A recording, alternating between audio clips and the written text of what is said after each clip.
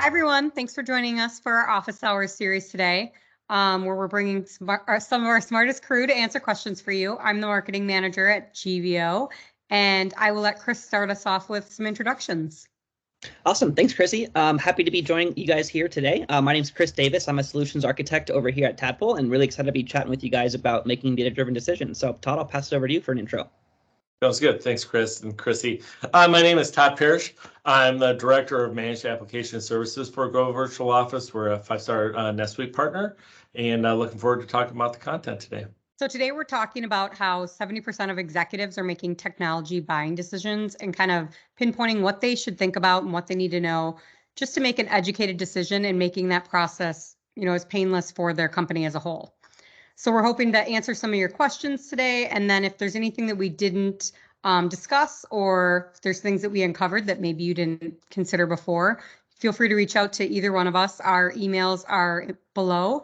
And then join us on LinkedIn and Facebook. And we're always going to be promoting our next Office Hours series there.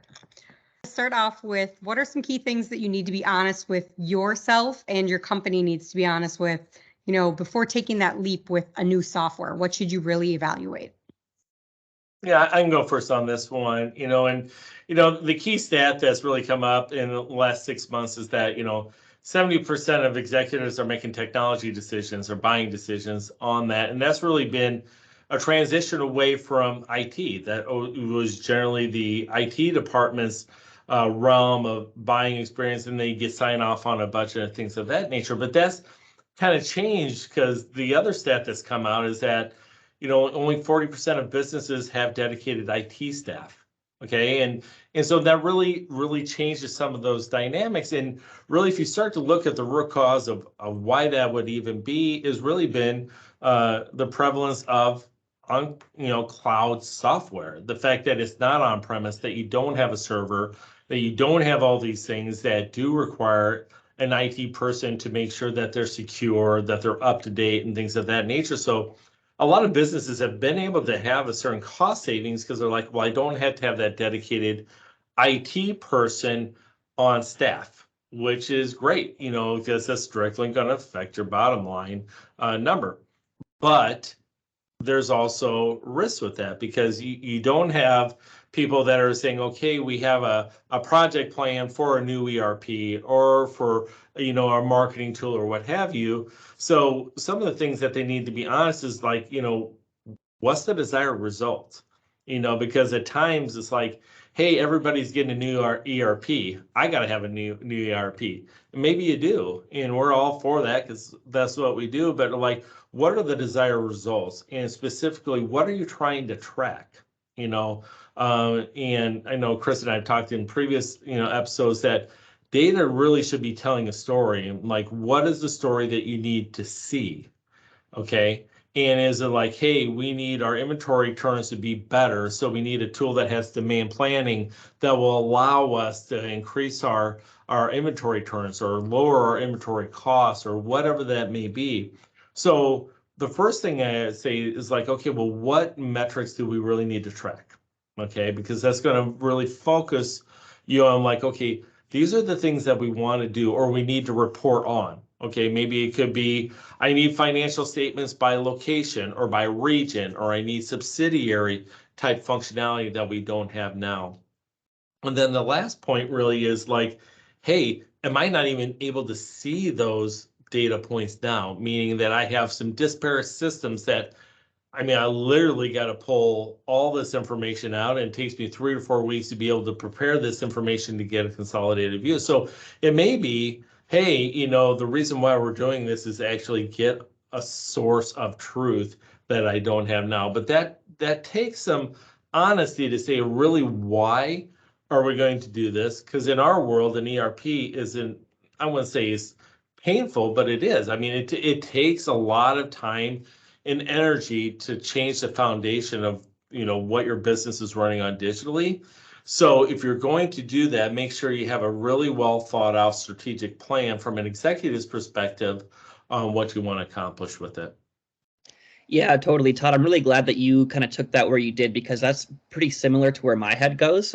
Specifically, as you're talking about kind of starting with the way to almost provide transparency and just being able to actually access some of that data, I think is kind of step one when it comes to a lot of those things. And then to your point, when you talk about thinking in terms of desired results, I think that's really important, thinking about it in terms of KPIs. And so from an e-commerce perspective, a lot of folks are going to come back to those three main KPIs, which is going to be sessions, conversion rate, and average order value. Those three things combined is what makes up revenue.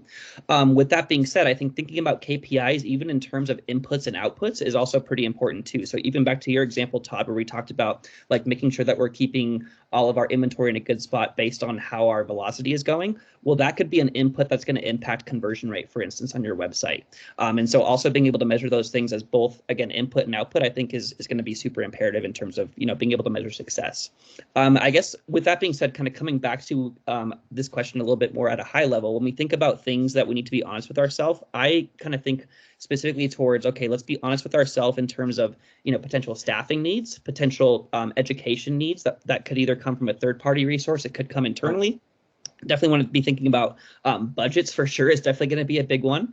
And then I think one that sometimes kind of gets overlooked, especially when it comes to technology migrations, is what is our appetite for risk, or what is our appetite for knowing, what happens if, one of these platforms gets acquired, in the middle of our integration, for instance, or what happens if it doesn't play nicely with some of the other tools that we already have in our tech stack, for instance. And so I think also just kind of understanding what is our appetite for risk can also potentially impact how much we prioritize it, how much investment we put towards it, all of those things. But that being said, I think far and away the most important thing is to be able to actually measure success. And if you can do so in a quantitative way, that's obviously ideal. But sometimes it's also more qualitative, where it's just more kind of checklist based. Like, did we do, X, Y, Z? Yes or no, move on to the next one. So.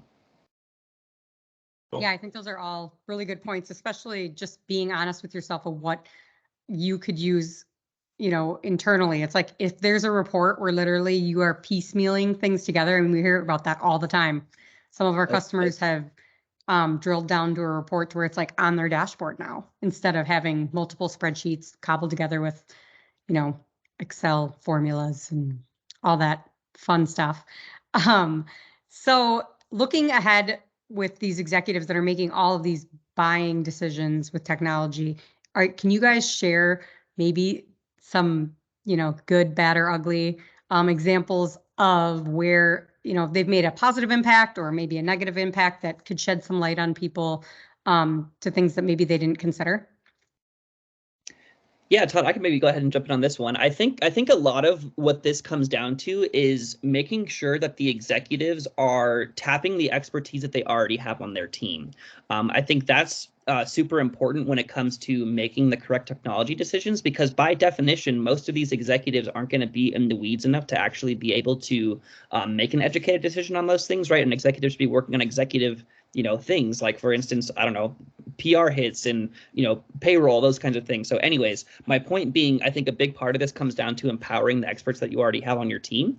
An example that I have off the top of my head where maybe this expertise was not properly tapped would be a client that we work with who basically ended up spending a whole lot of money upgrading an existing kind of platform that they had. Had they perhaps been more forthcoming about tapping the internal and frankly external experts that they have kind of within their business, they likely would have made a different decision to actually essentially work on putting in a new piece of technology versus upgrading the existing one, because long story short, that was a pretty painful and long process. It obviously costed a lot of money. And to be totally frank, they came out the other end with actually worse KPIs than they had in the beginning. So obviously that's a very disheartening experience for a lot of reasons. And in particular, it puts that kind of e-commerce manager, that person who likely should have been the one to ultimately make that decision, it puts them in a really tough spot, because now they're having to try to execute a system that they, weren't the ones to deploy. They probably already knew some of these pitfalls that were going to come, for instance. And so, that would be one example kind of on the other side. Tons of examples as far as, instances where I think executives have done a really good job of actually trusting and empowering those people to make those decisions. And I can definitely tell you, all else equal, those ones definitely get integrated a lot more smoothly. And by the way, they also provide a lot more value on the back end, which is, by the way, the reason we do these things in the first place. So that's kind of where my head goes. Todd, anything you would add to that? Yeah, the first thing is, on the negative side, I'll start there and then move to the positive. But like, really, the biggest negative is like, are you aware of everything that you have in place? Do you have a full inventory of what your digital landscape looks like in your business? Are there multiple ERP systems? Are there multiple fulfillment systems? What do you have for 3PLs? What do you have for this? And what type of integrations are in place now, or what integrations are lacking? Because one thing may not fill all those, and you may need third-party products to help fill in those gaps. And at times, you just don't know what you don't know till you get into it and you start looking at data. And, at times we'll do like implementations where all of a sudden we start getting data. And a lot of times they're sort of like, well, what's this field for? Oh, that's for this integration. And we're like, what integration is that? And so it's one of those things of not knowing what the full digital landscape is probably the biggest negative that we see. But I think there are also great positives, especially with executives that have that overall vision of this is where we're going nationally, this is where we're going regionally, this is how we need to play together, this is what our strategic initiatives are and what we need to do. And it may be I need we may decide as a company that fulfillment is our competitive advantage. So we want to have a system that's going to allow us to fulfill in 2 days as opposed to the industry average of 10 days. Well, that's going to be able to sharpen that saw when it comes to what are our requirements. Okay, if I'm looking at these packages, well, this middle package here is going to have strength of fulfillment, which will give me that 2-day turnaround. Where at times people that are IT that are making those decisions don't necessarily truly understand the strategic initiatives of the business, and they start to lose that. Now, the one area where I see when those executive decisions that are being made without having a IT resource is that you really do need to find a partner that has great business experience in that industry. And it's really key because what a lot of times where it gets lost that yes, the cloud, you may have, like at least with NetSuite, you may have really mitigated a lot of your cyber risk because NetSuite does such a great job of protecting their data and stuff like that. But what you kind of lose is that PM or that project management ability of an IT person in there, and that person that is managing that application or managing that implementation. And a lot of times it'll fall to like a CFO or a controller who is probably already really busy. But now all of a sudden you have that, hey, we're doing an ERP and you're already busy, but now somebody internally either has to absorb that PM responsibility on their side, or they need to hire, or they need to make sure that they're leveraging that consultant or that implementer or what have you to say that, hey, I'm going to have additional time for project management that I normally wouldn't in a traditional implementation where you have an IT person on the other side that's gathering the data, that's kicking the tires on your different departments to get their data. It really is, you got to balance that to say, okay, this is how we're going to be successful in whether that's PM on our side or on their side, but somebody still needs to fill in that position. Yeah, all really good points. And I think, you guys touched on the importance of like knowing where you are, your digital landscape. Can you maybe discuss how timing is a really important factor, whether it's seasonality or anything like that? Yeah. I can go first on that one, Chris. So to Okay, me, cool. this is one that we see, especially with ERP, because it's your accounting is going to go through there. And there's always different cycles and different periods. Maybe it's a year-end close. Maybe it's a seasonality on, hey, this is when we do all of our purchasing or doing our budgeting and things of that nature. Is that, if you have that executive level making that decision, then sometimes there's departmental things that maybe aren't quite as known as really doing that full discovery and making that purchase decision, because you may make a buying decision and it's all term based on software that you realistically can't get into that for another 4 or 5 months, and now you're incurring that cost of that software. So when you purchase that or when you execute that document may make a big difference on your yearly budget on when you're going to consume that that purchase. Yeah, for sure. I think too, just to kind of add on a couple points to that, I think to your point, Chrissy, a lot of it comes from a seasonality perspective. A lot of it also comes just where you are and kind of your technology roadmap. And so I guess first speaking to it from a seasonality perspective, I think I don't want to say most businesses, but definitely a whole lot of businesses obviously kind of follow that kind of Q4 seasonal sales cycle where, the vast majority of revenues are going to be happening in Q4, in particular in those buying times between Black Friday, Cyber Monday. And so right? Probably no surprise to anyone listening to this webinar. We definitely don't want to be doing technology migrations during that time, as an example, right? So code freeze for sure during that time. I would probably even recommend probably throughout most of Q4.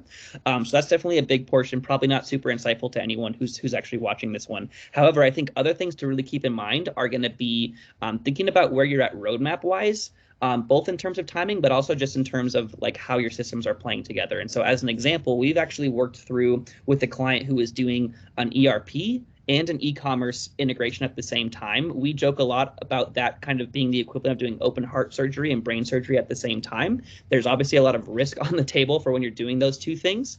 And so I think also keeping in mind just where your resources are going right now in terms of technology migrations is going to be super important. And then also just understanding like how those things are going to play together too. So I think even keeping in mind too, like, for instance, some folks might have different instances set up for, a B2B setup and a B2C setup, right? Are we going to be able to make that data unification happen based on where we're at in our roadmap and based on where we're at in our, seasonal cycle, for instance? I think those are going to be all really important things to keep in mind and things that don't always get considered until you're kind of too far in and you've already made the decision and you kind of need to continue down that path no matter what. So that's where my head goes.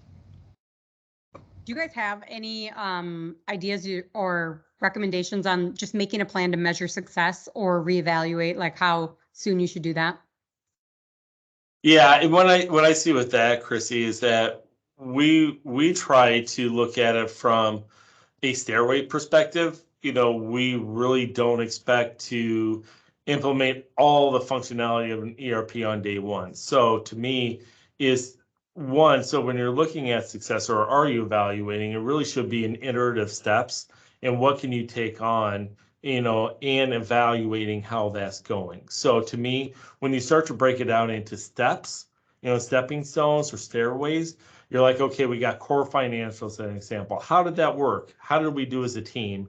Both our team and our team, of implementing that. What training methods work best for that organization? And maybe we need to do more recorded trainings and then they watch it later, or maybe it's more live person or what have you. So really taking that and learning. So it's not always dollars and cents. It's like, how do you work together both as an organization? If you have a consultant or, then it is the numbers based, was it on budget as far as like, hey, what our expectations were in, decrease inventory turns or, or increase in inventory turns, but decrease inventory cost. So looking at that and then always knowing what that backlog of work is going to be for those phase 2, phase 3 initiatives, because that really should be saying, hey, we've hit this, that's fiscally paid off for us. Now we need to do X. So can you go ahead and do that? So really looking at iterative steps, breaking it out into steps so that you can manage that at a micro level to be able to get to where you want in the end.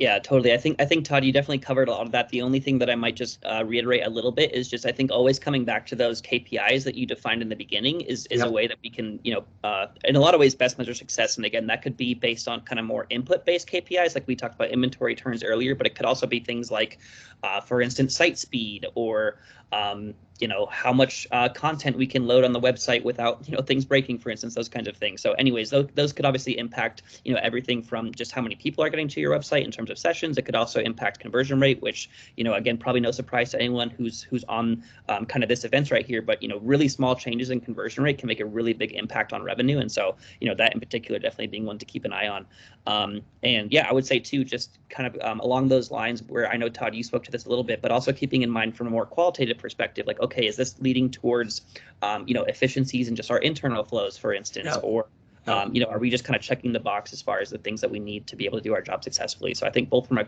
quantitative whenever possible, but also the reality is sometimes it is more qualitative in terms of evaluating success. Well, Thanks, guys, for joining us today. And thank you all for, again, coming. And if you have any questions or follow-up, feel free to reach out again. Our emails are below.